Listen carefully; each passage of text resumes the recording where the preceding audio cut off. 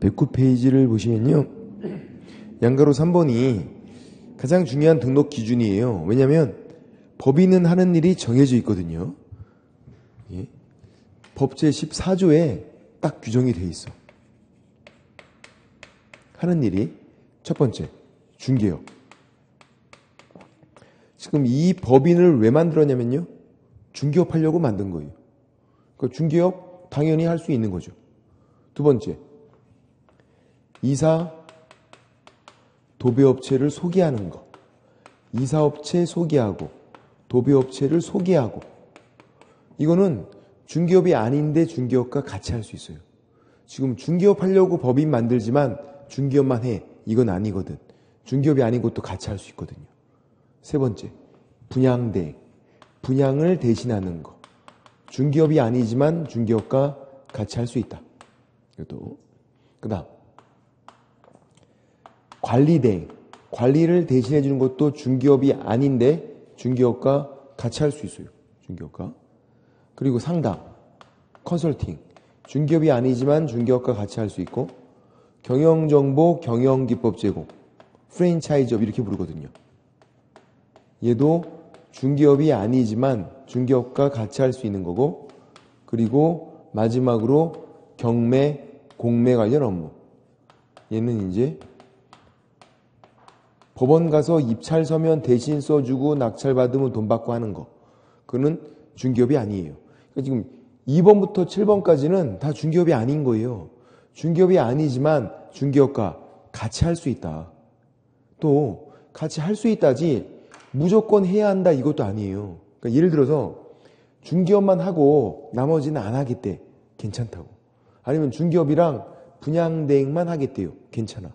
이 중에 골라서 하면 되는 거지 이걸 무조건 다 해. 그건 아니라고. 또 그리고 이제 이사 도배업체의 소개라고 돼 있잖아요.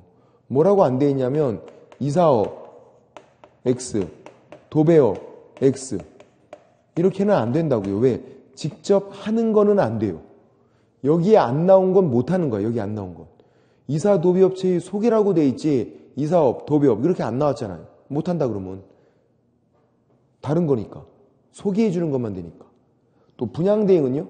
얘는 주택 그리고 상가에 대한 것만 돼요. 뭐 토지 분양대행이다 그런 건 안 돼. 분양대행 나오면 대상물을 모셔야 된다고. 주택 그리고 상업용 건축물. 상업용 건축물, 주택 둘만 되니까. 관리대행은 이렇게 돼 있죠. 법조문이 임대관리 등 관리대행 할 수 있다 이렇게 돼 있어요. 임대관리 등 관리대행. 그래서 임대관리는 할 수 있어요. 관리대행이 얘야 얘. 임대관리 등 관리대행. 근데 작년 나온 거 임대업은요. 임대관리랑 다르고 임대업은 못해요. 여기에 안 나와서 못해. 눈을 씻고 찾아봐도 임대업은 없잖아. 안 되는 거예요. 임대관리라고 돼 있지. 마찬가지. 관리업도 안 돼요. 관리대행과 달라요. 자, 어떻게 다른 거냐면 간단해요. 사실은 임대업, 관리업은 법인, 본인 소유 건물에 대한 거야. 본인 소유. 임대관리나 관리대행은 타인 소유. 그러니까 남이 소유 건물에 대한 거는 된대요. 자기 게 아니면. 근데 자기 소유 건물에 대한 건 못한대. 이거 골 때린다고 이게. 법인이 건물이 있으면 그냥 놀려야 돼. 못한다고. 다른 사람, 타인 소유 건물에 대한 것만 된다는 얘기예요. 웃겨 이거 완전히. 골 때리는 거 이거. 임대업, 관리업 못한다. 본인 건물에 대한 것. 타인 소유 건물에 대한 것만. 또 그리고 상담은 컨설팅만. 뭐 부동산 개발업 못해요 당연히. 어떻게 하라고 상담만. 컨설팅만. 경영정보, 경영기법 제공. 개공을 프랜차이즈 회원으로 모집하는 거예요. 개공을. 공인중개사도 안 돼. 소공도 안 되고 중개 의뢰인도 안 되고 누굴 상대로? 개공. 시험에 이렇게 나왔네. 중개업, 창업, 준비 중인 자를 상대로 경영정보, 경영기법 제공을 하겠대요. 창업 준비 중인 자 X. 개공. 중개업 하고 있는 개공. 개업공인중개사 해야 된단 말이에요. 또 그 전에는 공인중개사 시험 준비생들 우리를 상대로 하겠대. 안 되죠. 개업공인중개사 개공 상대로만. 그리고 또 경매, 공매 관련 일은 누가 못하냐면 부칙상 계공 못하시죠. 옛날 복덕방 하시던 분들 못한다. 89년 이전부터 중개업했던 분들은 나머지는 다 할 수 있어요. 1번부터 6번까지는 할 수 있어. 부칙상 계공도 뭐를 못한다? 경매, 공매 관련 일을 못한다. 부칙상 계공이. 다른 건 다 할 수 있는데. 이렇게. 그럼 질문 드려볼게요. 부칙상 계공, 경영정보, 경영기법 제공할 수 있나요? 6번에 있는 거? 할 수 있어요. 상담은 할 수 있어. 1번부터 6번까지는 부칙상 계공도 할 수 있다고요. 경매, 공매만 부칙상 계공은 못하신다. 모든 개업공인중개사가 경매, 공매 할 수 있다. X. 모든 개업공인중개사가 누군데요? 3명.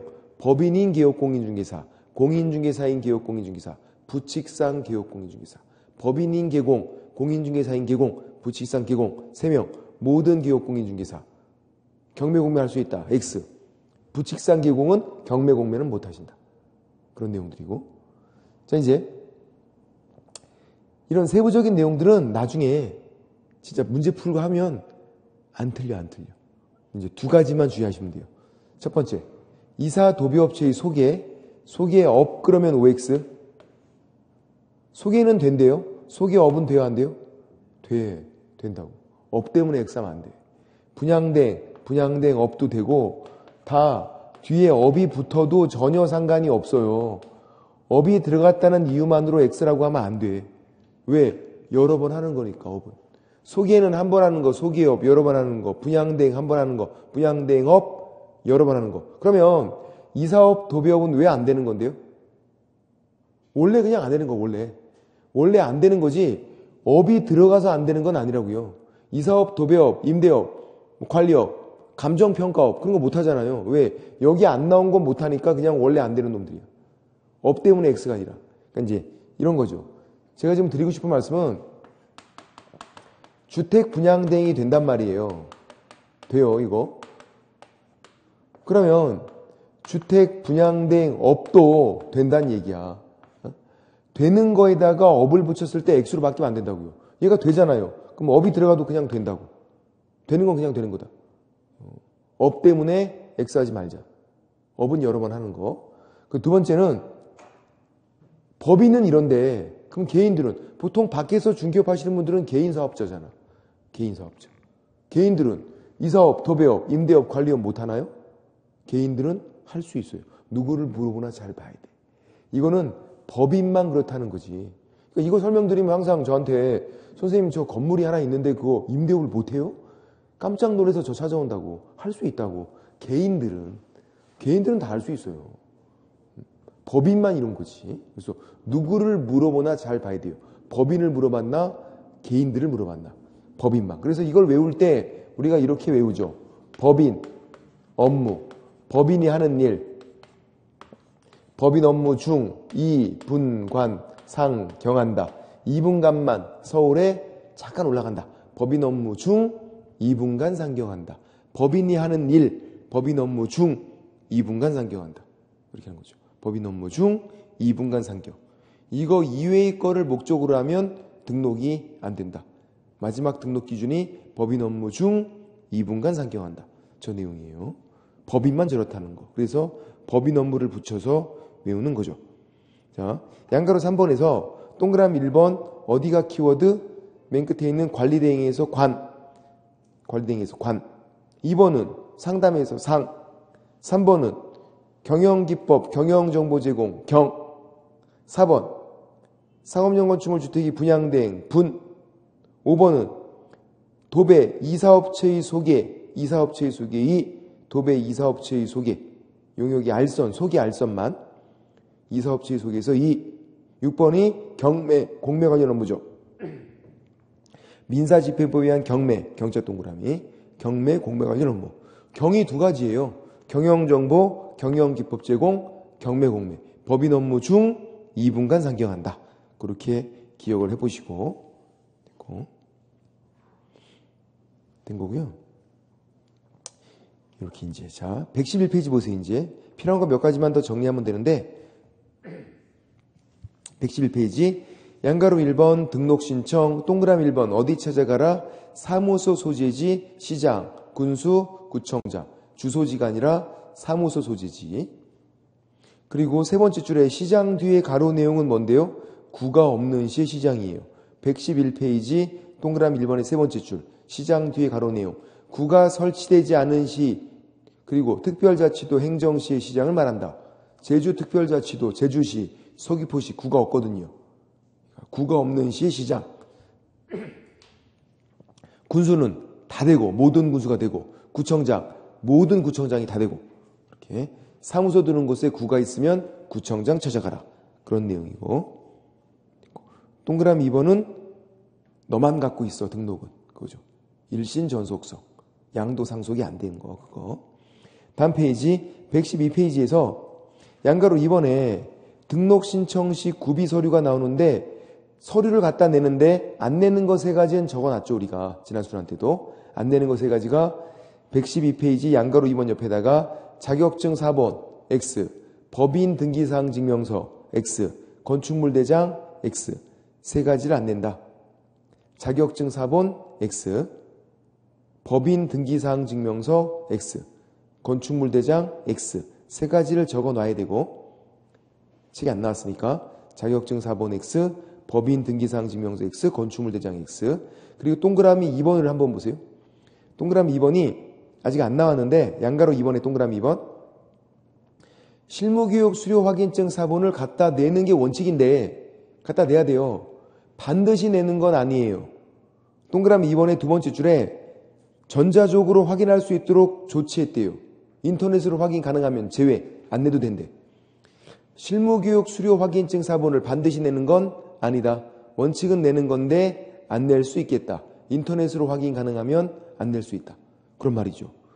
여기에 옛날에는 무조건 냈는데 지금은 법이 한번 바뀌어서 안 내도 된다. 생략 가능. 인터넷으로 확인 가능하면. 3번은 바뀌자마자 바로 나왔거든요. 여권용 사진 내는 거. 반명함판 사진 X. 여권용 사진. 근데 2번은 아직 안 나왔기 때문에 2번을 더 열심히 잘 보시라고. 2번을.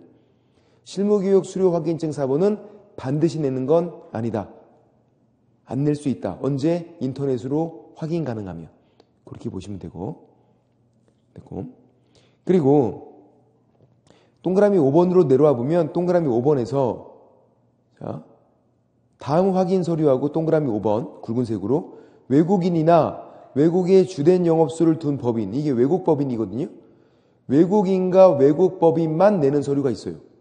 외국인과 외국 법인만 내는 서류. 그게 기억이에요. 결격 사유 없음을 증명하는 서류. 외국인과 외국 법인만 내는 거. 결격 사유 없음을 증명하는 서류. 외국인과 외국 법인은 본인들이 성년자고 전과자 아니고 이런 서류들을 갖다 내야 돼요. 한국 사람은 신원조회를 해줘. 안 내도 되는데. 외국인과 외국 법인은 결격 사유 없음을 증명하는 서류를 내라. 그 종류가 A, B 두 가지인데 B에서 세 번째 줄 뭐가 보여요? 아포스티유. 아포스티유 이 말이 보이면 이게 결격 사유 없음을 증명하는 서류다. 아포스티유 이런 게 보이면. 아포스티유. 누구만 낸다고요? 외국인과 외국 법인만 낸다. 다시 정리해보면 외국인과 외국 법인만 내는 서류가 결격 사유 없음을 증명하는 서류. 그 종류가 두 가지가 있는데 그 중에 한 가지가 뭐다? 아포스티유. 그래서 아포스티유 이런 거 나오면 누구만 낸다? 외국인과 외국 법인만 낸다. 이것도 그것까지만 그렇게 보시면 되겠네요. 그러니까 두 가지를 더 체크하는 거예요.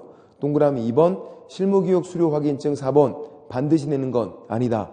동그라미 5번에 외국인과 외국 법인만 내는 건 아포스티유다. 아포스티유는 결격 사유 없음을 증명하는 서류 그런 거다.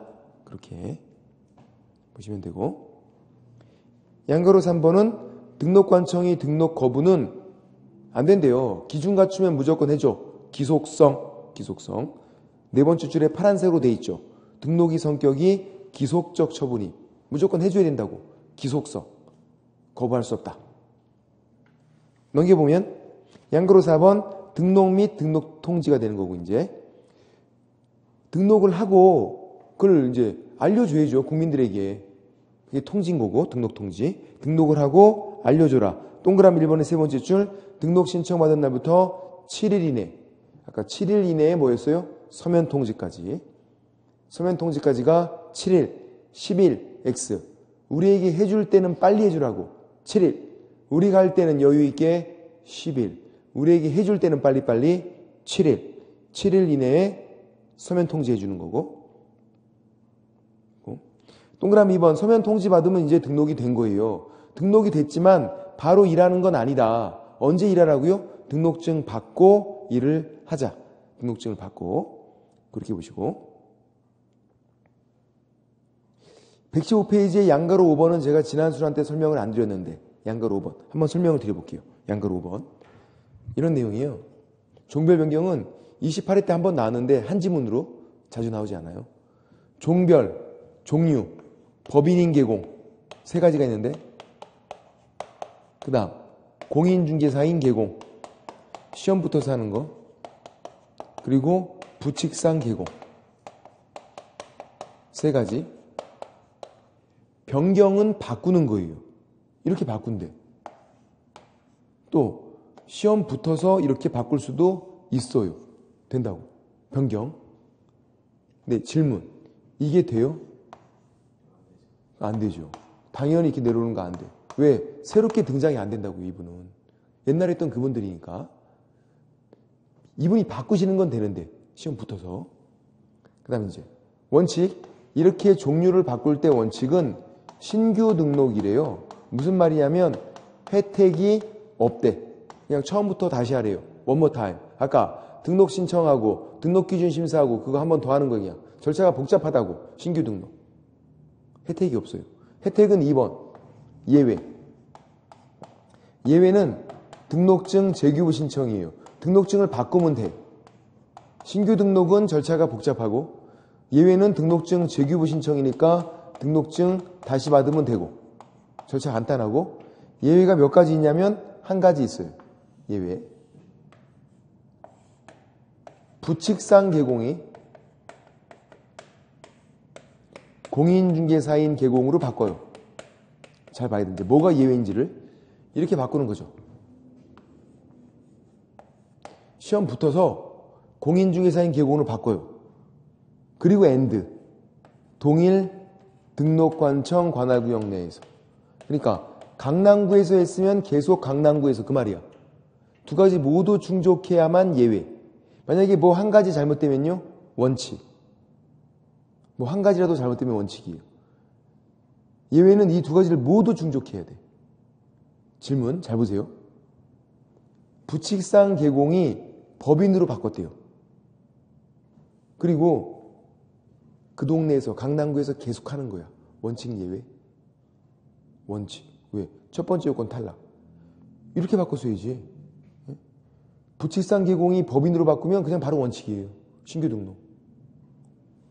이렇게만 바꿨다고 해서 또 무조건 예외가 되는 것도 아니고. 질문.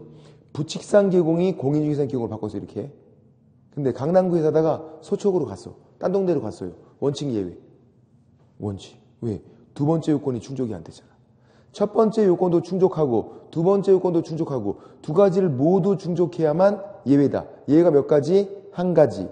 이 둘을 모두 충족해야만 예외니까 예외는 한 가지밖에 없다. 다른 건 다 신규 등록이고 부칙상 개공이 공인중개사인 개공으로 바꾸고 엔드 동일 등록관청 관할구역 내 그렇게 돼야 돼요. 그렇게 하면 되고 뭐 뒤에 후술하기로 한다 해서 뒤에 또 자세히 나오겠지만 그렇게 보시면 되겠네. 양가로 6번 보세요. 등록사항의 통보는 누가 누구에게? 등록관청이 협회에게. 화살표 방향을 잘 적어놔요. 등록관청이 협회에게. 국장에게 통보 X. 등록관청이 협회에게. 협회에게 통보하는 거지. 세 번째 줄에 국장에게 통보한다 X. 양가로 6번 세 번째 줄 다음 달 10일까지 협회에 통보한 거라고. 협회. 국장 통보하는 게 아니라. 그리고 작년에 그 박스 내용이 나왔는데 1번 보면 등록사항이죠. 즉 등록증 교부를 통보하는 거지 재교부는 통보하는 게 아니다. 등록증 교부 동그라미 재교부 X. 재교부한 건 통보하는 게 아니라고요. 재교부는. 1번이 등록사항이잖아요. 등록사항. 등록사항이 등록증 교부를 말해요. 법조문에는 등록증 교부라고 돼 있다고. 등록증을 교부한 거 다음 달 10일까지. 재교부는 통보하지 않는다. 그래서 교부인지 재교부인지 잘 보시고, 그리고 4번의 행정처분사항 옆에다가 자격 취소 X, 자격 정지 X. 걔네들도 통보하지 않아요. 행정처분이지만. 자격 취소 X, 자격 정지 X. 통보하지 않아. 왜? 시도지사가 하거든요. 교부한 시도지사가. 등록관청이 한 게 아니니까 통보하지 않아요. 그러니까 통보하지 않는 것들. 재교부 X, 자격 취소 X, 자격 정지 X. 세 가지 X만 적어놓고 끝. 작년에 전면적으로 나왔다. 넘겨보면 116페이지에서 이게 등록신청서인데 제목이 보세요. 등록신청서라고 돼 있잖아요. 그죠? 등록신청서. 근데 인장등록신고서가 포함되어 있네? 왜? 같이 할 수 있으니까. 개공은 인장등록을 등록신청과 같이 할 수 있다. 근데 보험 드는 건 같이 할 수 없으니까 제목이 그렇게는 안 돼 있잖아요. 등록신청서에 인장등록신고서가 포함되어 있지 보험은 같이 할 수 있는 게 아니니까 X라고 우리가 적어놨고, 업무보증 설정 X. 그리고 좌측 상단에 신청인 밑에 종별이 있어요. 신청인 밑에 개업공인중개사 종별. 찾으셨나요? 종별, 법인, 공인중개사 두 가지밖에 없어. 옆에 또 뭐 적어놔야 돼? 부칙상 개공 X. 등록 신청서에는 법인, 공인중개사 두 가지밖에 없다. 부칙상 개공은 없다. 왜 없는데? 아유, 새롭게 등장이 안 되니까. 부칙상 개공하겠다고 신청은 안 된다고요. 그건 안 된다. 그래서 종별의 법인, 공인중개사 두 가지만, 부칙상 개공 X. 그래서 이 등록신청서에 두 가지 X가 적혀 있어야 돼요. 상단에 업무보증 설정 X, 그리고 종별의 부칙상 개공 X. 두 가지 X가 적혀 있으면 잘 적어 놓은 거야. 그렇게 하고. 그 다음 이제 옆에 등록이 효력소멸인데요. 등록이 됐잖아요. 등록이 이제 없어지게 되는 거야. 파란색 1번, 등록이 효력소멸 사유, 양가로 1번, 개업공인중개사 사망 등 첫 번째 줄, 개업공인중개사 사망, 이게 개인 사망이에요. 개인 사망, 법인은 해산, 끝. 개인 사망, 법인 해산이면 끝. 옆에 뭐 X? 대표자 사망 X. 대표자 사망은 아니다. 사장님이 돌아가신 거 X. 그리고 그 다음 양가로 2번은 등록 취소 처분이죠. 실제로 받으면. 그 옆에 또 우리가 뭐라고 적어놨냐면 이렇게 적어놔야 돼. 등록 취소 사유 X.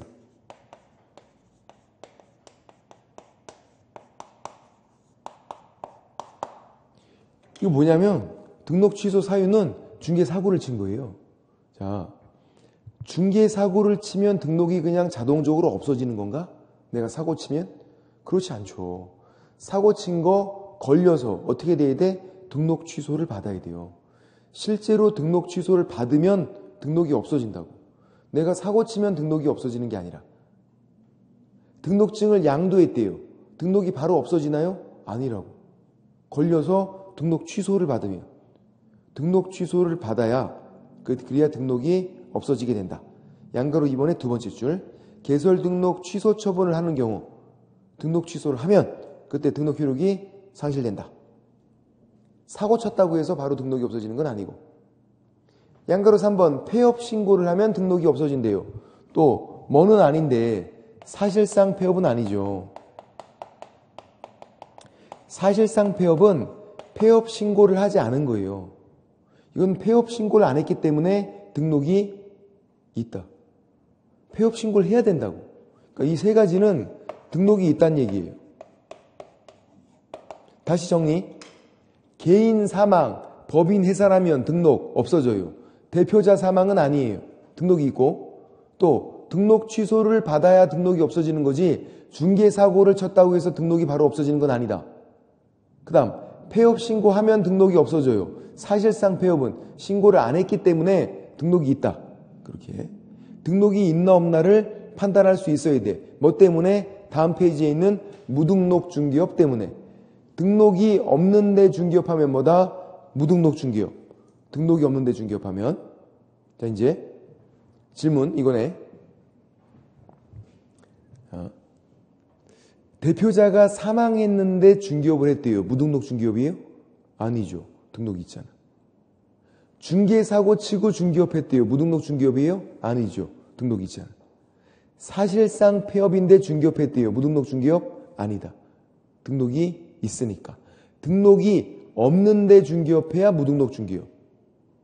이 세 가지 경우는 등록이 있기 때문에 무등록 중개업이 아닌 거다. 그럼 다른 거. 서면 통지를 받기 전에 중개업했대요. 무등록 중개업이에요? 아니에요? 맞죠. 서면 통지 받기 전은 등록이 안 된 거니까 무등록 중개업. 그렇게 잘하셨어요. 자, 무등록 중개업은요? 3학년 3반이죠. 양가로 2번에. 3년 이하의 징역 또는 3천만 원 이하 벌금, 3학년 3반, 3년 3천 이렇게 제재를 받는다. 그럼 질문. 무등록 중개업 알면서 중개의뢰를 한 거야. 중개의뢰인이. 얘가 너무 잘하는 거야, 중개업을. 그래서 무등록 중개업인 거 알면서도 중개의뢰를 했어요. 중개의뢰인이. 그 사람 무등록 중개업 공범으로 처벌된다. 알면서 중개의뢰한 그 중개의뢰인을 처벌해요? X 처벌하지 않아. 무등록으로 중개업한 사람만 처벌되는 거예요. 중개의뢰한 사람은 처벌되지 않는다. 무등록 중개업은 3학년 3반, 중개의뢰한 사람은 무죄 처벌되지 않아. 그리고 이제 밑에 적어놔야죠. 밑에 중개보수. 제가 지금 설명드린 게 이제 지금 설명드린 내용이 제일 중요해요. 무등록 중개업 3학년 3반 3년 이하의 징역 또는 3천만 원 이하 벌금 3년 3천. 자, 이렇게 무등록 중개업으로 제재를 받는데요. 무등록으로 중개업해서 제재를 받는다. 3학년 3반. 그때는 중개보수 지급약정이 무효가 돼요. 돈 달라고 못해.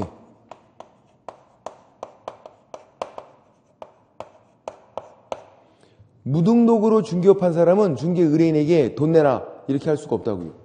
무등록으로 중개업한 사람은. 중개보수지급약정이 무효여서. 아까 매매계약은 유효였잖아요. 근데 무등록으로 중개업했을 때 매매계약은 유효. 단 중개보수지급약정은 무효. 돈 달라고 못한다. 근데 판례가 하나가 더 있어요. 뭐냐면 제재를 안 받게 되는 거. 자, 이 제재를 안 받는 건 어떤 경우였냐면 일반인이 우연한 기회에 우연히 1회 중개한 거죠. 어쩌다가 한 번 중개한 건 중개업한 게 아니다. 무등록 중개업으로 제재를 받지 않는다. 중개업한 게 아니니까. 어쩌다가 한 번 중개한 건? 그럼 제재를 안 받을 때는 이 중개보수 지급약정이 유효. 그러면 중개보수를 청구할 수 있다. 판례가 두 가지 있으니까 다 잘 기억해야 돼. 차이점은 뭐냐면 무등록 중개업으로 제재를 받나 안 받나. 그러니까 무등록 중개업으로 제재를 받을 때만 그때만 돈 달라고 못한다. 제재를 안 받으면 어쩌다가 한 번 중개한 거 무죄 돈 달라고 할 수 있다. 그렇게 그런 내용들까지도 기억하면 되고 그런 일반적인 내용들이고 이제 뒤에 오늘 할 거 제일 중요한 거 120페이지 등록 결격 사유 기출된 거 보세요. 매년 나오고 있지. 무려 2문제, 3문제까지 나온다고. 2.5문제. 문제가 많이 나오니까. 그리고 1년 내내 우리를 괴롭힌다고. 좀 내용이 어려워서 120페이지. 자, 등록 결격 사유를 줄여서 결격 사유 이렇게 부르고 얘는 121페이지에서 맨 위에서 세 번째 줄에 파란색 중개업 종사 요건이며 있죠. 동그라미 2번에 121페이지 맨 위에서 세 번째 줄 파란색 2번 중개업 종사 요건이며 별표를 칠해주세요. 중개업 종사 요건 121페이지 맨 위에서 세 번째 줄 동그라미 2번에 중개업 종사 요건이며 별표 밑에다가 중개 보조원도 못함 적어놔야 돼. 중개 보조원도 못함. 중개 보조원도 못함.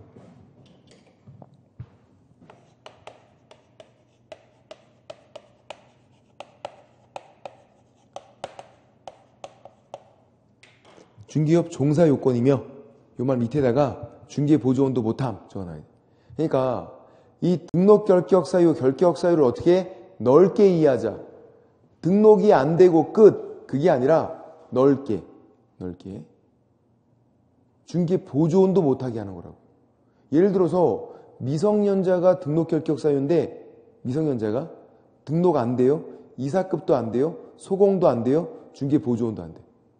그러니까 결격 사유가 있으면 다른 일을 하셔야 되는 거야. 중개 업계에는 종사가 안 되는 거예요. 중개 보조원도 못하게 하는 거다. 넓게 이해하자.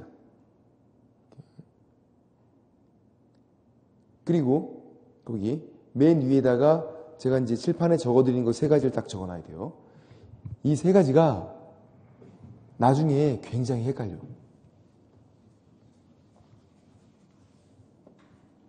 뭐냐면 결격 사유와 제재. 결격 사유와 제재. 첫 번째, 개공,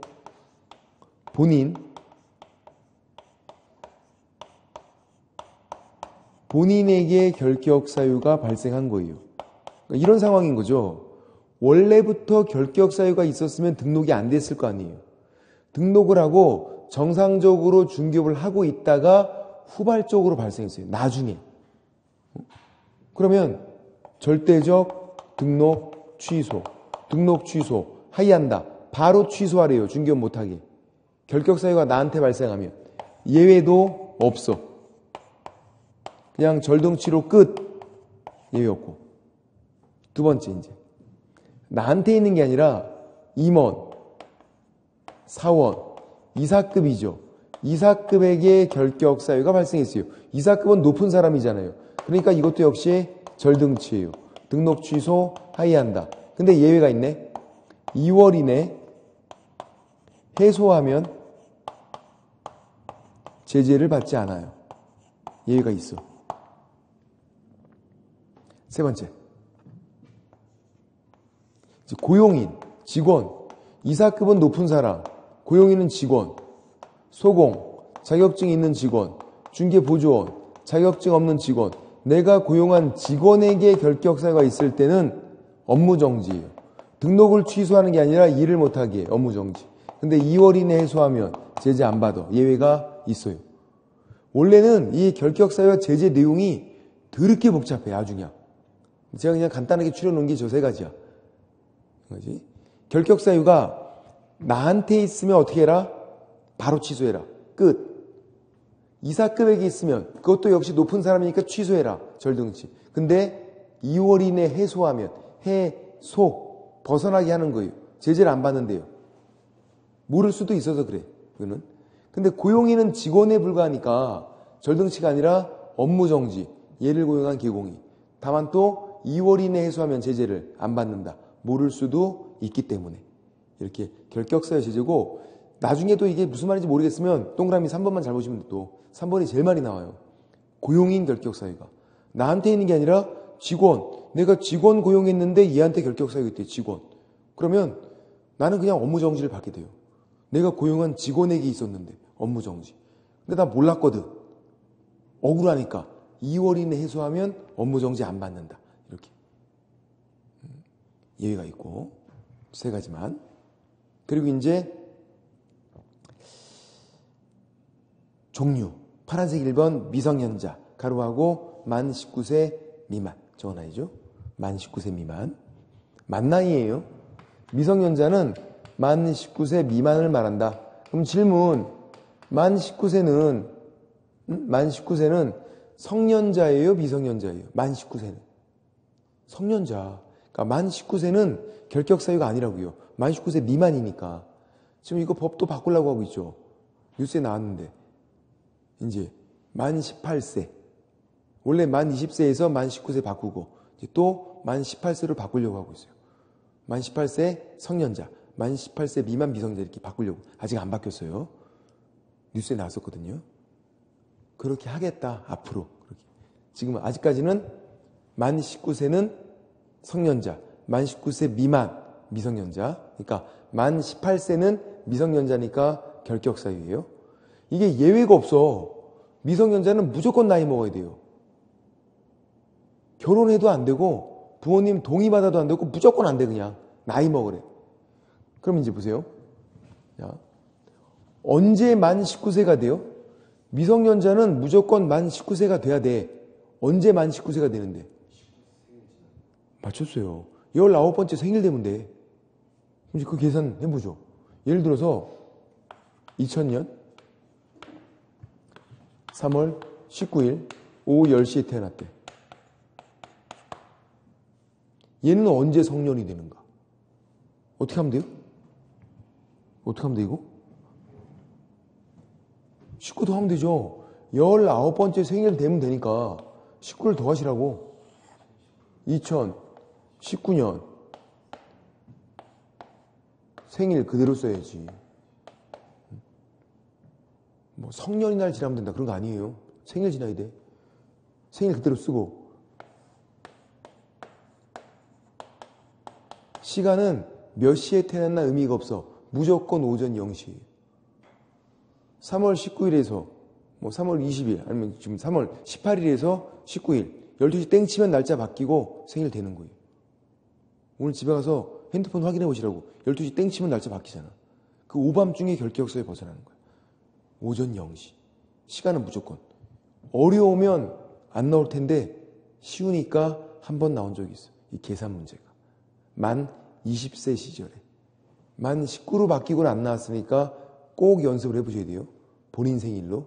본인이 언제 성년이 됐나. 생일 쓰고 19 더하고 시간은 무조건 오전 0시. 그렇게요. 이 방법밖에는 없다는 거야. 다르게는 절대로 안 돼요. 121페이지에서 2번 피성년 후견인, 피한정 후견인 옆에 피특정 후견인 X 적어놔야 되고 피특정 후견인 X 작년 나왔네. 피특정 후견인은 아니에요. 피특정 후견인 X 피성년 후견인, 피한정 후견인 피특정 후견인 X 그리고 법률상 개념이에요. 자, 뭐 같은 개념이야. 제가 한번 설명을 드려볼게요. 이게 요것만 딱 이해가 돼 있으면 그냥 뭐 별거 아니에요 이거. 예를 들어서 심신 박약 상태래요. 정신이 왔다 갔다 한대요. 정신이 왔다 갔다 한다고 결격 사유가 아니에요. 어떻게 해야 돼? 심판을 받아야 돼요. 계시 심판. 법원에서 판사가 해요. 심판을 해주면 그러면 그때는 피한정 후견인이 된 거예요. 시간적인 순서가. 그러니까 피한정 후견인 얘는 심판을 받았다는 의미예요. 심신박약자, 심신박약이다. 저거는 심판을 안 받은 거야. 그러니까 얘는 결격 사유가 아니고 이렇게 나오면 결격 사유고 얘는 또 언제까지? 종료 심판을 받을 때까지. 법원에서 개시 심판을 했으니까 누가 끝내야 돼요? 법원에서 끝내야 돼. 종료 심판. 법원에서 시작한 건 법원에서 끝내라. 개시 심판을 받아서 피한정 후견인 결격 사유니까 종료 심판 바다에 벗어난다고. 질문. 자, 피한정 후견인이 얘가 정신이 돌아왔대요. 피한정 후견인인데 정신 돌아왔어. 결격 사유 벗어난다. X 그게 아니라고. 종료 심판. 정신이 왔다 갔다는 아무런 의미가 없다고. 개시 심판 받았으니까 결격 사유. 종료 심판 받아야만 벗어난다. 이렇게. 피한정 후견인이 정신이 돌아와도 결격 사유라고요. 종료 심판을 안 받았으면. 피성년 후견인도 똑같죠. 피성년 후견인 심신 상실이에요. 이번에는 정신줄을 아예 놓고 있대. 그럼 이런 사람 중에서 어떻게 해야 돼? 개시 심판을 받아야 돼요. 역시 법원에서 하는 거야. 그러면 그때 이제 피성년 후견인이 되는 거죠. 역시 피성년 후견인 무슨 말? 심판을 받았다 그 말이야. 언제까지? 종료 심판 받을 때까지. 그러니까 개시 심판 받았으니까 어떻게 해라? 종료 심판 받아야 한다. 법원에서 시작한 건 법원에서 끝내라. 정신 돌아와도 아무 소용이 없다고. 종료 심판 받아야 된다. 또 같은 논리로 다음 페이지에 있는 파산자도 똑같아요. 파산자도 의미가 똑같아. 자, 보세요. 파산자. 이런 거죠. 예를 들어서 이제 채무초과래. 빚을 많이 지고 있대요. 결격사유가 아니에요. 신용분양자, 결격사유 아니야.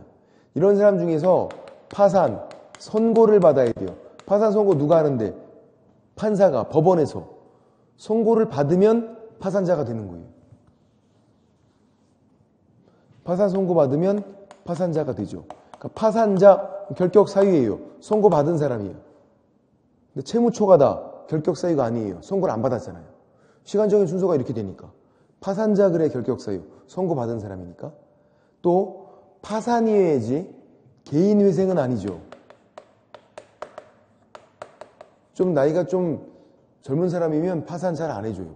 판사가. 개인회생 해주지. 개인회생은 갚는 거야, 빚을. 일부 탕감 갚는 거예요. 파산은 하나도 안 갚는 거고. 좀 나이가 드신 분들은 파산해줘. 어차피 이제 변제 능력이 떨어진다고 생각해서. 근데 젊으신 분들은 이래서 갚을 수 있잖아. 그러니까 탕감해서 일부 갚는 거예요. 개인회생. 파산과 완전 다르잖아요. 빚을 하나도 안 갚고 얘는 갚는데 개인회생이 아니라 파산이어야 돼요. 파산 선고받은 파산자 결격사유 언제까지? 복권될 때까지. 복권. 파산 선고. 복권될 때까지. 복권되는 게 두 가지가 있네. 자, 면책 결정이라는 게 있어요. 들어보셨나? 파산 면책. 이건 뭐냐면 판사가 빚을 안 갚았는데도 면책해줘요. 책임을 면해주는 거야. 복권돼 버려 그냥. 파산 면책. 또 복권 결정이 있어요. 이거는 빚을 갚고 본인이 신청해요. 빚을 갚고. 얘는 빚을 안 갚고 판사가 해주는 거. 이건 빚을 갚고 본인이 신청하는 거. 둘 다 누가 해요? 판사가. 법원에서 한다고요. 그럼 보세요. 파산 선고를 누가 했는데 법원에서 했잖아요. 그러니까 누가 해라? 법원에서 끝내라. 법원에서 시작한 건 법원에서 끝내라고요. 면책 결정, 복권 결정. 그럼 질문. 파산자가 진짜 빚을 다 갚았어. 그냥 파산자가. 싹 다. 결격사유 벗어난다. 맞아요? 액수. 빚을 갚고 말고의 문제가 아니라 복권돼야 된다고. 아까 똑같잖아요. 개시심판 받으면 종료심판 받아야 된다고. 정신이 돌아와도 상관이 없다고. 종료심판 받아야 되고 또 파산자는 파산 선고 받은 사람이니까 복권돼야 된다고요. 면책결정이건 아니면 복권결정이건 법원에서 파산 선고했으니까 법원에서 끝내라고. 그렇게. 물론 법원에서 안 끝내도 10년 지나면 복권돼 버려 그냥. 10년 지나면. 10년까지 기다리지 않는다고 보통. 면책, 복권이 있으니까. 그렇게.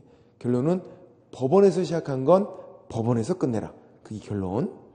자, 그래서 뒤에 122페이지 보시면요. 동그라미 3번 맨 위에 해소사유. 122페이지 맨 위에 동그라미 3번 해소사유는 성년 후견 개시나 한정 후견 개시 원인이 소멸됐대요. 이제 정신이 돌아온 거지. 그럼 정신이 돌아오면 되는 게 아니라 그때 어떻게 된다? 두 번째 줄에 성년 후견 종료 아니면 한정 후견 종료 심판을 한다. 정신 돌아온 다음에 종료 심판 받으면 벗어나는구나. 정신 돌아오면 벗어나는 게 아니라 종료 심판 키워드. 표 밑에 3번 파산 선고받고 복권되지 않은 자 가로하고 파산자 같은 말이죠. 파산자. 복권이 안 된 사람 파산자. 파산은 완전히 배째인 거. 결격사유. 개인회생 X라고 적어놔야 되고 개인회생은 결격사유. 아니다. 파산이 된다. 파산. 완전히 배를 째야 된다. 그래서 어떻게 된다? 복권된다. 복권. 복권되는 게 123페이지에서 맨 위에 참고를 봤더니 당연 복권되는 것도 있고 신청에 의한 복권이 있는데 당연 복권에서 1번 면책 결정이 확정된 때 면책 결정이죠. 그리고 757조에서 신청에 의한 복권은 1번에서 복권 결정을 해야 한다. 빚을 갚고 신청하면 복권 결정해야 한다. 1항이. 그러니까 면책 결정, 복권 결정이잖아요. 복권 된다고 그게. 면책 결정, 복권 결정. 그렇게요. 요 법조문 내용이 상세하게 나오진 않으니까. 그래서 저처럼 그냥 복권 한 다음에 면책 결정, 복권 결정 이렇게 써놓으면 된다. 법원에서 하는 거야. 복권되고 결격 사유 벗어나더라. 그렇게 하면 되고. 그래서 여기까지는 틀리시면 안 돼. 미성년자 만 19세 미만 예외가 없다. 나이 먹어 만 19세 성년자가 되고 피한정 후견인, 피성년 후견인, 파산자는 법률상 개념. 법원에서 개시 심판, 파산 선고를 했기 때문에 결격 사유. 언제까지? 법원에서 끝낼 때까지. 종료 심판, 그리고 면책 결정, 복권 결정. 법원에서 시작한 건 법원에서 끝내라. 그런 개념만.